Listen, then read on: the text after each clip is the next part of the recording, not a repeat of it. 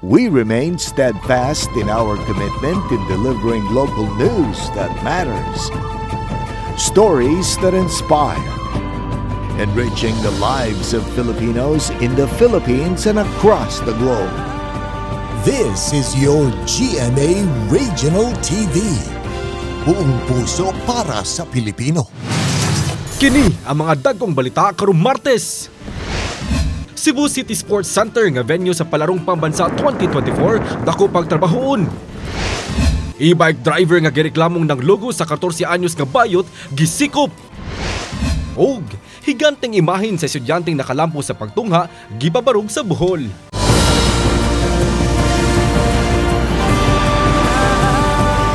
Kini ang GMA Regional TV Balitang Bisdak. Maayong hapon, kini ang inyong GMA Regional TV Balitang Bisdak ang bugtong kasaligan, kasandigan o kadangpan sa mga Bisaya nga maghatod sa labing dagko og mga nagunang balita nga mahinungdanon sa Central ug Eastern Visayas. Ug live dinhi sa GMA Complex sa Dakbayan Sugbo, ako si Alan Domingo. Sa nagkaduol nga Palarong Pambansa 2024 nga ipahigayon sa Dakbayan Sugbo, track oval sa Cebu City Sports Center, wa pa marabirize. Samtang gikanselar sa acting mayor ang bidding sa multi-million pesos nga portalet rental nga gamiton sa National Games. Ano ang report? Gi-inspeksyon ni Cebu City Acting Mayor Raymond Alvin Garcia ang kondisyon sa Cebu City Sports Center nga sentro sa Palarong Pambansa 2024. Naabtan niya ang asfaltado pa nga track oval ug ang inanay nga pagbutang og rubberized granules. Giingong gipasaligan si Garcia sa konduktor nga matapos ang rubberized track oval sa dili pa ang big day. I am hoping that everything at the latest will be finished by the end of next month, the end of June. Aduna hinoy mga dapit nga anda mosalo sa mga duwa ug galing maapiki gyud ang Cebu City Sports Center. Kini human sa hugot nga pakigalayon sa mga silingang syudad ug kalungsuran human ipasalig ang lalawigan nga suportahan ang palaro nga nasa Dakbayan Sugbo karong Hulyo 6 hangtod na sa Hulyo 17. Very much ready mutabang si Governor kadaghan na mga nindot pud nga mga oval outside the city of Cebu. Samtang kansilado na ang procurement sa 21.9 million pesos nga portalet rental nga una nang gikurian sa konseho nga 18 million pesos na lang. Gihulagway kini ni Garcia nga dako ra kaayo ang gasto nga mahimo raman nga maggamit ang mga pansayan sa mga tunghaan nga himuong biliting area sa mga delegado sa Palarong Pambansa. Nasayran nga mokapin sa 400 ka mga portalet with shower ang abangan unta sa dakbayan nga magamit sa dakong kalihukan sa paugnat sa kusog sa nasod. Prangka lang pag-astorya, I have let them review it once again, no? O unsa gyoy necessary and needed para sa atong kuan, sa ato ang diri sa ato ang pag-host sa palaro. Kauban si Clover Lumayag, ako si Alan Domingo. Balitang Bisdak.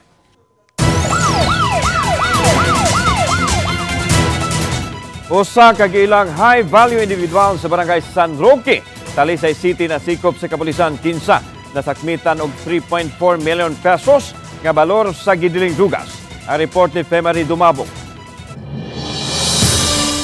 Nagtingkagol karon sa detention facility ang 28 anyos nga si alias Wiwin, subject sa bypass operation sa Talisay City Police nitong Sabado sa gabi.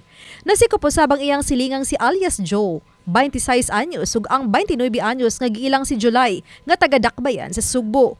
Nasakmit gikan kanila ang tunga sa kilong didahang shabu nga gibanabanang mobalor sa 3.4 milyones pesos. Mato di Police Lieutenant Colonel Epriang Paguyod nga base sa ilang surveillance bago lang misod sa pagpamaligya sa ginadili nga drogas ang grupo ni Wiwin nga usa ka dakong distributor. Nasuta sa kapulisan nga gawa sa Dakbayan, nagsupply usab sila sa silingang mga lungsod ug syudad. Disposal niya kasi yung dito banda sa tangke. Lahat ng may mga dumadayo kasi sa ibang lugar din dahil ng Minglanilla pupunta din dito. And pati Cebu City pupunta din iba dito. So hindi lang po area ng Talisay yung coverage ng disposal dito. Ni ay bahad ni paguyod sa uban nga nagpatigayon sa ginadili nga drogas ug nalambigit sa uban pang krimen. Kailangan na ito warning ma'am sa kanila. Pag gagawa kayo ng illegal dito sa area ng Talisay at I make sure talaga na mabibilang po kayo talaga. Uban ni Clans Gabutin og Rod Prado, Femery Dumabok. Balitang Bisdak.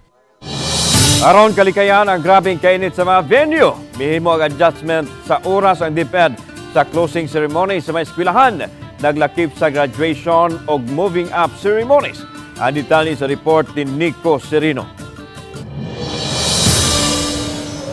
Sa katapusang simana sa school year, busy na karon sa lain-laing school closing activities. Sa National Shrine of St. Joseph, naabta namo ang panagtapok sa mga estudyante o mga teachers. Parte kini sa baccalaureate o Thanksgiving Mass nga gihimo didto. Sa Mandawi Comprehensive High School, ugma pa hinuon ang schedule sa moving up ceremony adto sa sports complex. Alas 6:30 kini sa buntag gitakda. Matud sa DepEd City Division, dunay mga adjustments nga gihimo sa schedule sa mga aktibidad karong panahona. Alang kini sa graduation, moving up ug recognition rites. Buntag sayo o baka mahapon na lapas sa alas 2. Priority gyud is ang atong mga bata kanang comfortable gyud sila, especially with the kanatong issue on the heat index. So we're trying to ang atong gi-try is atong i-schedule kanang mga period nga init kaayo, gi-discourage nato nga naatay mga programs ana nga mga orasa. Kining maong schedule alang hinuon sa mga open air venues sama sa mga gymnasium. Mamahimong lahi og oras sa mga air-conditioned nga venue. Sa DepEd calendar, himuon kutob karong simanaha ang mga aktibidad pagtak-op sa school year. Samtang sa tibok buwan sa Hunyo, mahatagan og bakasyon ang mga teachers nga dili sila required mo report sa eskwelahan. Unang beses kini gigipatuman aron mahatagan og kahigayunan ang mga magtutudlo nga makapahuway. June 1, wala na activities ang mga teacher gyud. Yes, 1 whole month untouched ang atong mga teachers ana. They are ato silang gi-encourage to enjoy that vacation period para by the start of the school year balik na Santa. Sa Hulyo na mubalik og report sa eskwelahan ang mga teachers alang sa Brigada Eskwela isip preparasyon sa pag-abli sa bag-o nga school year. Uban ni Godfrey Relien, Nico Sereno. Balitang Bisdak. Nahulikam ang upat ka mga bata nga daw gihimong diving board ang damba sa haligi sa Cebu-Cordovaleng Expressway habig sa barangay Pasil, Dakbayan sa Sugbo. Ang video kuha ni Joe Pamaybay nga nahitabo kini ala 1:40 sa hapon niadtong Sabado. Samtang nagpaabot sila sa pamboat nga kasakyan padung sa Islas Kabulan. Una nakita niya ang mga bata nga nagtapok og nihimo silang diving stunt samtang nakaabot sa Sisilik Management. Ang naasoy panghitabo og ila usab kining giaksyonan dayon.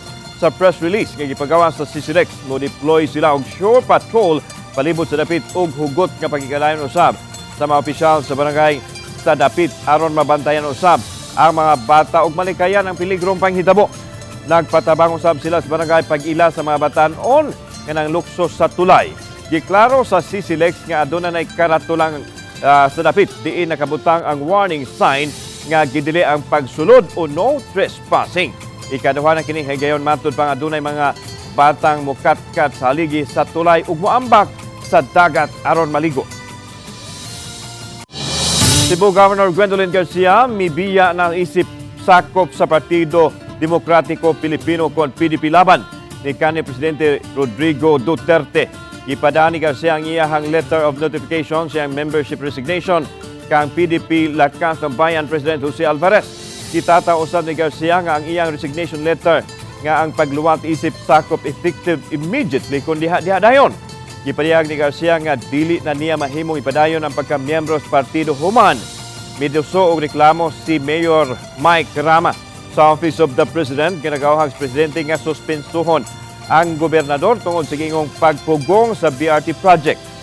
Midugang si Garcia nga ang kasungian tali nila ni Rama miabot na sa punto nga dili na mahimong mahilot pa. Si Rama mao Vice President for the Visayas sa partidong PDP. Nagpabiling mapasalamaton si Garcia nga nakatampo sa damgo sa partido samtang usa pa siya kasakop nini.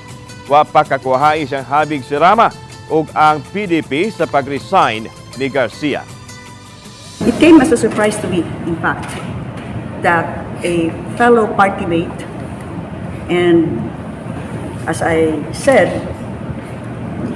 an official at that of the party would instigate such an action against a member of PDP Laban. And I pondered over this decision actually for quite some time. I did not do a knee-jerk reaction.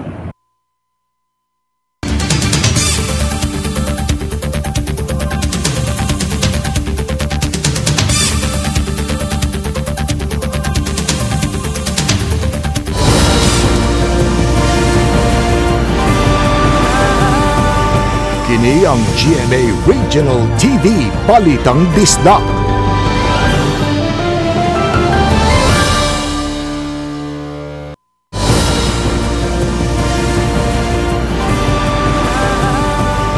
Kini ang GMA Regional TV Balitang Disda. Public hearing ipahigayon subay sa tinguha sa management sa MV Diamond Highway vessel nga magpadayon na ang shipbreaking operation sa barangay Punta Inganyo, Lapu-Lapu City nga gipahunong sa LGU nunot sa reklamo sa pipila ka mga residente sa dapit nga nakasinati og pagpangatol sa lawas, ubo og sipon. Si Luan Merondina sa live report. May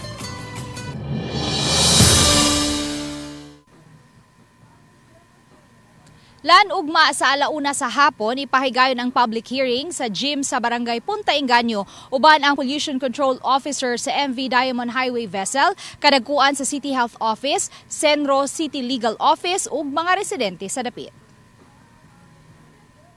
Subling mipahigayon og inspeksyon niadtong Lunes, Mayo 20 ang kadagkuan sa City Health Office uban ang taga-Senro sa MV Diamond Highway vessel. Kini aron masuta kung natuma na ba sa nagduma sa shipbreaking operations ang mga nalatid sa giluwatan nga cease and desist order sa lokal nga kagamhanan. Enero 31, dihang miluwat og cease and desist order ang lokal nga kagamhanan sa Dakbayan sa Lapu-Lapu sa shipbreaking operations sa MV Diamond Highway vessel sa barangay Punta Inganyo. Kini human masusi sa taga City Health Office ang dapit, diin gipahigayon ang pagpisa-pisa sa barko nga mo'y gitumbok sa pipila ka mga residente sa dapit nga hinungdan sa nasinati nila mga skin rashes o buog sipon. Mato ni Attorney James Saison, City Attorney, nga gipahibaw na siya sa taga City Health Office nga na-comply na sa kadagkuan sa MV Diamond Highway vessel ang mga gilatid nga kondisyon sa LGU aron sila makabalik sa shipbreaking operations. Apan gawas ni ini, gikinhanglan usab nilang mapasabot ang mga residente sa dapit sa ilang salvage plan. Prior memo visit dito to officially say nga okay na, kinahanglan dapat makamit sa sila sa mga tao kaya mga tao man may affected dito mapasabot nila ba unsa ilahang mga safeguards nga gipangbuhat and at the same time di taganahan nga modako na pod ang issue. Wala na magpa-interview at tubangan sa camera ang taga MV Diamond Highway vessel apan ilang gikonpermar ang pagpahigayon og public hearing ugma sa hapon. Ang MV Diamond Highway vessel usa sa tulo ka mga barkong nasangad sa kadagatan sa Punta Inganyo atol sa bagyong Odette. May karga kining mga sakyanan ug nasunog niadtong milabayng tuig ug bugtong nakitang solusyon sa management sa mong barko mao ang pagpisa-pisa niini.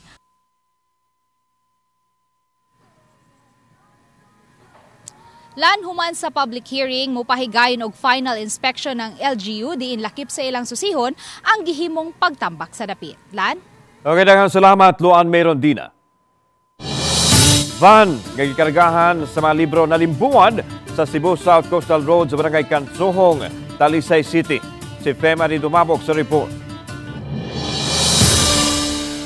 Mayang pagkalimbuwa din ng aluminum van nga nagkarga sa kinartong mga libro sa Cebu South Coastal Road pasado alas 7 gahapon sa buntag. Bato ni Joy Tumulak, hepe sa City Tuda, nga gikan sa Dakbayan sa Mandawi ang sakyanan ug padung unta sa Southern Cebu aron mag-deliver sa mga libro. Pasangil sa driver nga pag-abot niya sa dapit, gigong kalit lang nga nawad-an siya kontrol sa manubela sa gimanihong sakyanan. Maong nakusog niya og liwag ang manubela hinungdan sa pagkalimbuwad. Matod pa sa driver nga kalit kuno nga murag ilabay siya sa wala, ilabay siya sa tuo, kabigon siya ba? Sa unit. So motong tungod sa kakalit lubag niya ang manubila hangtod nga nalibuat kining maong truck.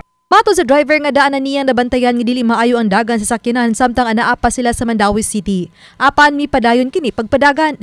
Duha sa upat ka makauban sa driver nga sakay sa van nakaangkod og minor injury. Wala ray noon kini makasagid og laing sakyanan.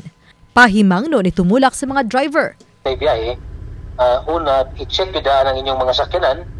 Unya kung pananglitan doon na kayo na matikdan nga dili normal ang iyang dagan. So, ayaw gyud og ipugos kung dili i-report gidayon sa tag-iya o sa mga mekaniko nga mo'y naghandol. Aron malikayan na to ang disgrasya.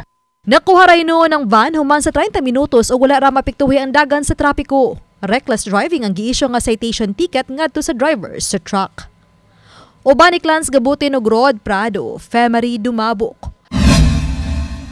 Balitang Bisdak. Marahing gisuspenso ang releasing sa PWD-ID sa Cebu City. Samtang nagpadayon pa ang pakisusi sa kayong peke nga mga ID o giingong gibaligya nga PWD-ID ngadto sa mga tao nga walay apan sa lawas. Usa sa benepisyo sa PWD mao ang diskwento. Yawhag ni Cebu City Acting Mayor Raymond Alvin Garcia nga mi-apply og mga PWD-ID ang apektado sa suspension nga modangop kang Attorney Christine Joyce Batucan ang City Administrator. Siya na mohatag og mga dokumento nga mapakita sa mga establishmento aron makadiskwento. Mato ni Garcia nga gipangitaan pagkaron nila og pamaagi nga dunay dugang security features sa PWD-ID aron di kini mapike og pagsiguro nga tinud-anay gyud nga PWD ang magkupot nini. Ang akong ahawag sa mga establishments that na sila pagduda nga nay nagsige gamit og PWD-ID unya dili di siya PWD to please report in the DSWS because we will hunt ang term, dili look for. We will hunt down that person and we will make sure that among mabawi ang iyang PWD-ID and at the same time file the appropriate charges. Mga kapuso, ato makita karon ang sitwasyon sa atong panahon karon doon nagyapay pagpanag-om sa magdalag yung tagpayong o raincoat sa posibleng pagpundak sa uwan matag karon og unya. Kini ug uban pa sa magbalik sa Balitang Bisdak.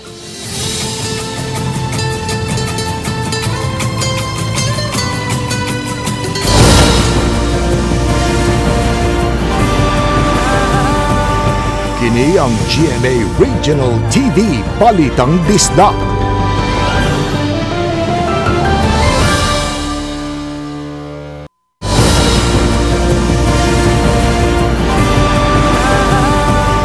Kini ang GMA Regional TV Balitang Bisdak.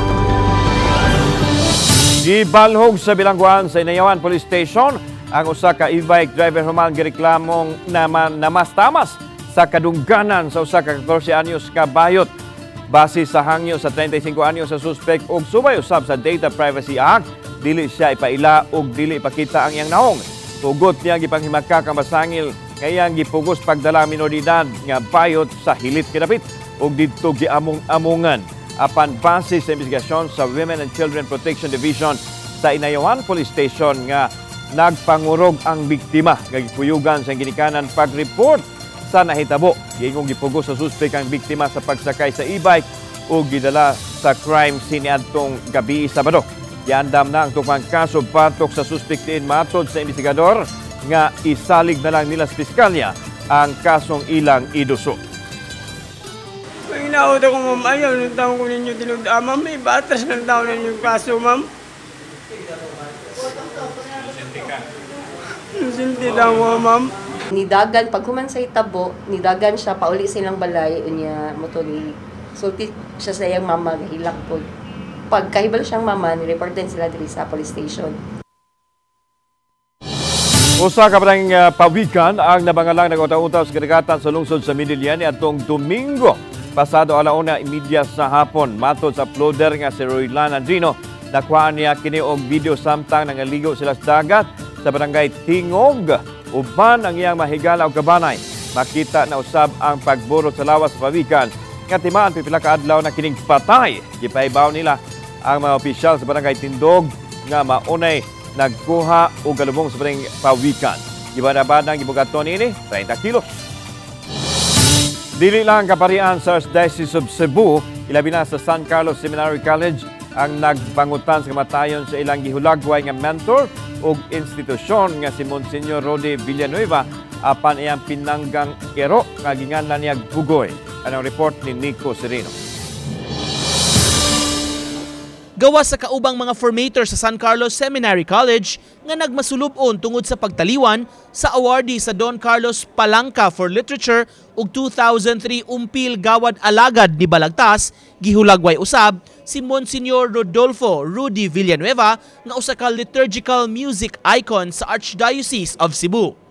Tanang awit sa misa, dili lang sa Sugbo apan sa mga simbahan sa silingang mga lalawigan migamit sa iyang mga awit sa pagsaulog sa misa. Apan luyo sa tanan, doon na siya pinangga nga iro nga ginganlan niya og Bugoy. Gabi sa Abril 13 dihang galuya si Monsignor Rudy, giauhag siya ni Richard Garcia, ang iyang caregiver o driver nga dadun sa Tambalanan aron maatiman ng iyang kahimtang. Mitaliwan si Monsignor Rudy alas 11:30 sa gabi ni atong Mayo 23 ug gihaya sa Martins of Lisieux Chapel sa San Carlos Seminary College sugod pagka Mayo 24. Apan dihang nakit-an ni Bugoy ang haya ni Monsignor Rudy, wa na kini mubiya. Matod ni Richard, gikauban na siya ni Villanueva sulod sa 16 ka tuig. Tulo ka adlaw wag ikot kaon niya. Pagkaibawan niya, okay na to senyor. Ito kaon na sa tiya. Karon pag katong pa na senyor, pag kita niya dili pagdati reso, ginugtog niya sa ilang mukuan. Lungon. Murag nag-uol siya, nakasabot siya. Hangtod kagabi wa gihapon magpakita og gana sa pagkaon si Bugoy. Sa misa nga gisaulog kagabi, gihulagway ni Monsignor Rogelio Fuentes, Vicar General sa Archdiocese of Cebu, nga bisan pa sa kataas na sa iyang naabot sa musika, literature ug arts, apan gipaambit niya kini nga libre inay nga gamiton nga kahimanan aron makasapi. Usa sa mga awit nga napatik sa panumduman sa mga Sugboanon, maong iyang gitagik nga way sukod ang pagmahal nga nahimong usa sa mga alawiton sa pagkabiyato ngadto na sa pagkasanto ni San Pedro Kalungsod.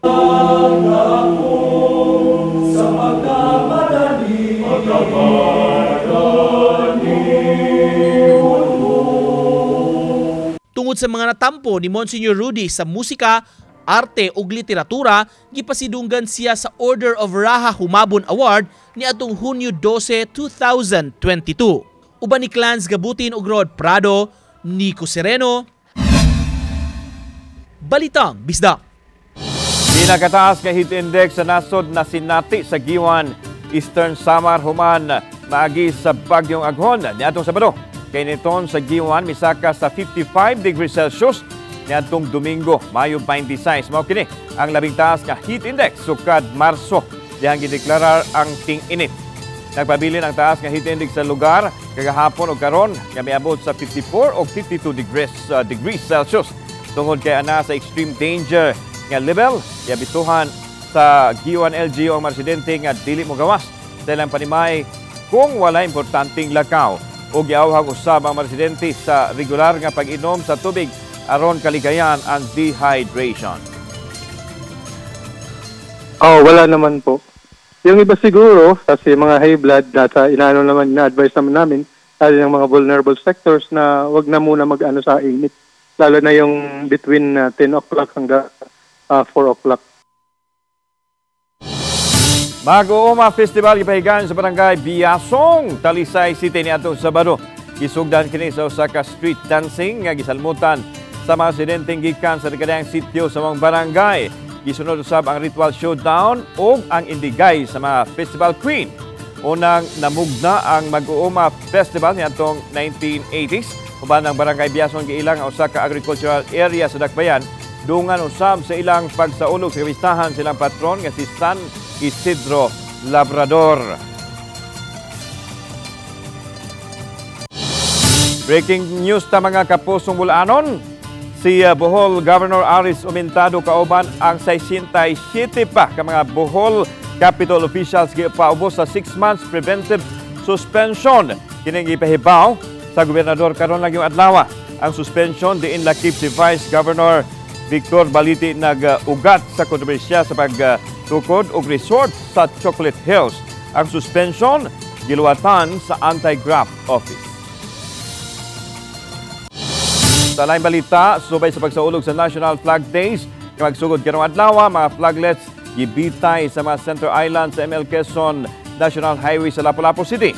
Matag Mayo 28 hangtod Hunyo 12 sa ulugon sa nasod ang National Flag Days. Diin gidasig ang tanang maahinsya sa gobyerno, balay patigayon, eskwelahan ug bisan ang mga panimay nga mag-display sa national flag. Kini ang usa ka paagi sa pagpakita sa garbo sa patriotismo sa atong nasod. Karong adlaw niadtong 1898 gibukhad ang Philippine flag sa labing unang higayon human nagmadaugon ang Philippine Revolutionary Army batok sa armadong kusog sa Espanya sa Imos, Cavite.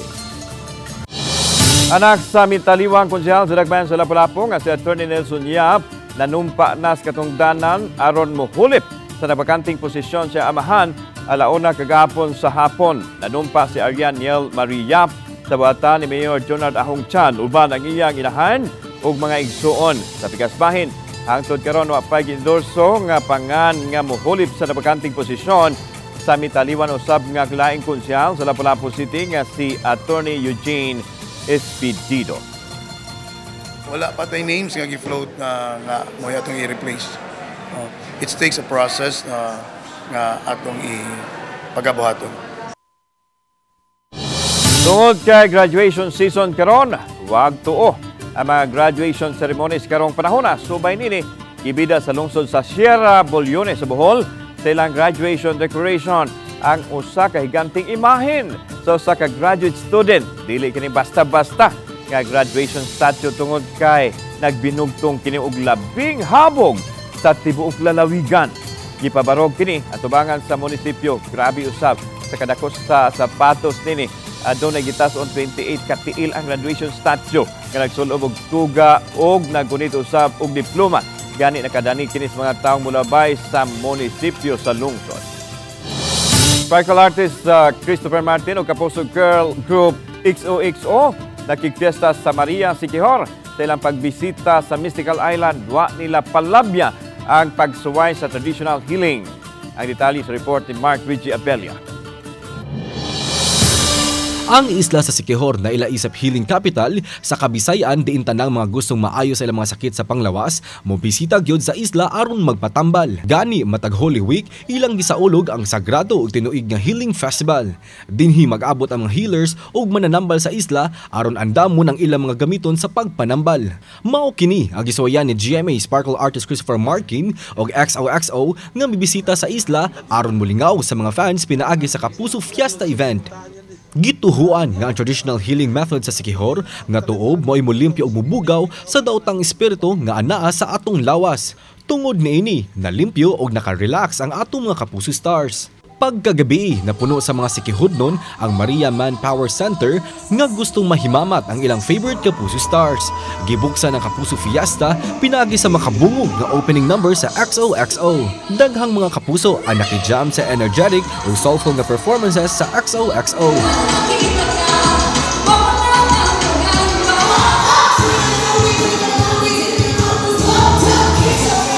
Dayon, gipakilig usab ni Kapuso heartthrob Christopher Martin ang crowd dihang migawa siya o miharana sa audience.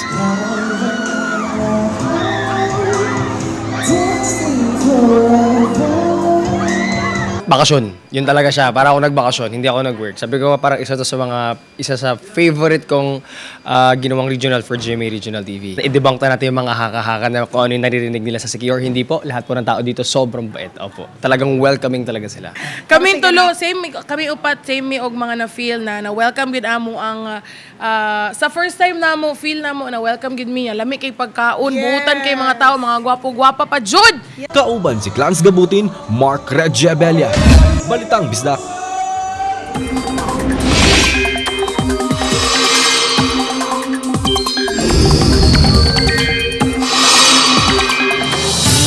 Mga Kapuso, hapit na mogawang sa Philippine Area of Responsibility ang bagyong Aghon. Sa latest bulletin sa Pag-asa, katapusan kining nabantayan sa kadagatan haduol sa Pasco, Batanes.